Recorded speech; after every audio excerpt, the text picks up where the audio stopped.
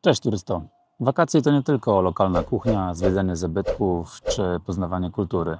Czasem warto dorzucić coś, co przyspieszy bicie serca i zostanie w naszej pamięci na bardzo, bardzo długo. Ale nic tak nie podnosi adrenaliny jak prędkość.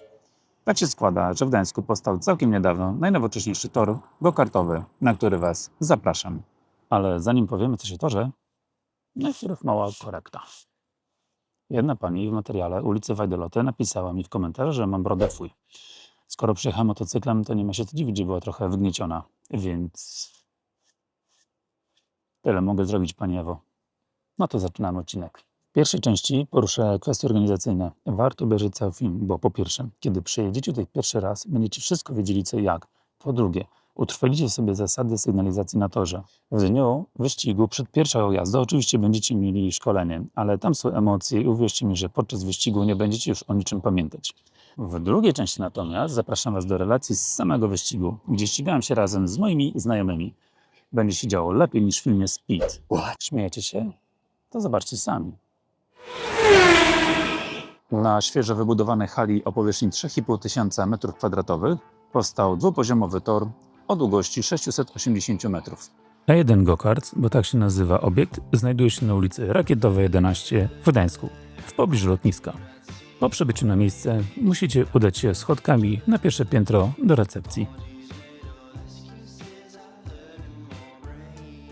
A jeżeli jesteście pierwszy raz, to musicie na dedykowanym stanowisku założyć konto i wyrobić kartę uczestnika. W następnej kolejności wchodzicie na skrzynkę pocztową, otwieracie link i potwierdzacie zarejestrowanie nowego użytkownika. Jest to usługa jednorazowa i kosztuje 10 zł. Następnie możecie pobrać aplikację RaceFacer, w której możecie na bieżąco śledzić swoje wyniki. Ze względu na higienę musicie wyposażyć się w kominiarkę. Jeżeli nie macie swojej, to się nie przejmujcie, gdyż można wypożyczyć na miejscu za 15 zł. Natomiast kask ochronny jest w cenie biletu i zapewnia go ośrodek. Gdybyście chcieli zostawić swoje osobiste rzeczy, to na korytarzu znajdują się zamykane na kluczyk szafki. Ośrodek dysponuje 3 rodzajami go-kartów. Seniorski dla osób o wzroście powyżej 155 cm, juniorski dla osób o wzroście powyżej 135 cm oraz tandem, w którym startują dzieci o wzroście przynajmniej 110, a najlepiej 115 cm w towarzystwie osoby dorosłej. A tacy zupełnie najmłodsi uczestnicy mogą pojeździć na go-kartach elektrycznych na minitorze, który znajduje się na parkingu zaraz przy budynku. Mamy dwie formuły ścigania się. Pierwsza to jest powiedzmy taki freeride, gdzie możesz raz ze swoją na przykład koleżanką przyjść na konkretny dzień, na konkretną godzinę. Najlepiej zrobić rezerwację poprzez stronę internetową, aby nie odbić się od kolejki. Wówczas razem ze swoją koleżanką i przypadkowymi osobami ścigacie się w 8-minutowej sesji. Drugą formułą natomiast jest Grand Prix, które dzieli się na Mini Grand Prix oraz Grand Prix. W Mini Grand Prix w pierwszej kolejności bierzecie udział w sesji kwalifikacyjnej, która trwa 8 minut. W tym czasie musicie uzyskać jak najlepszy czas, aby zająć jak najlepszą pozycję startową, czyli pole position. W następnym etapie przechodzicie do wyścigu głównego, w którym wykonujecie 8 okrążeń w jak najlepszym czasie. Natomiast Grand Prix od Mini Grand Prix różni się tym, że macie na początku sesję treningową, gdzie w ciągu dodatkowych 8 minut możecie doskonalić swoją technikę jazdy. W formule Grand Prix fajne jest to, że można ścigać się z paczką swoich znajomych. Aby zapisać się na taki wyścig, wystarczy spełnić tylko jeden warunek. Albo zbierać przynajmniej 6 chętnych pomiędzy poniedziałkiem a czwartkiem, albo zbierać przynajmniej 10 chętnych pomiędzy piątkiem a niedzielą. I to wszystko. No i oczywiście przed każdym wyścigiem będziecie musieli przejść obowiązkowe szkolenie. Ale ja Wam powiem tylko te najważniejsze zasady. I pamiętajcie, o Wasze bezpieczeństwo i przestrzeganie zasad będzie dbać personel, który znajduje się bezpośrednio na torze. Personel komunikuje się z kierowcami za pomocą flag. Niebieskiej, żółtej i czarnej. Głównie. A jeżeli będzie Was panosić fantazja i będziecie zachować się niebezpiecznie, to dostaniecie jedno ostrzeżenie, potem drugie i wylecicie z wyścigu. Przede wszystkim kask, ale zapięty kask to jest podstawa Waszego bezpieczeństwa. Druga sprawa to są flagi.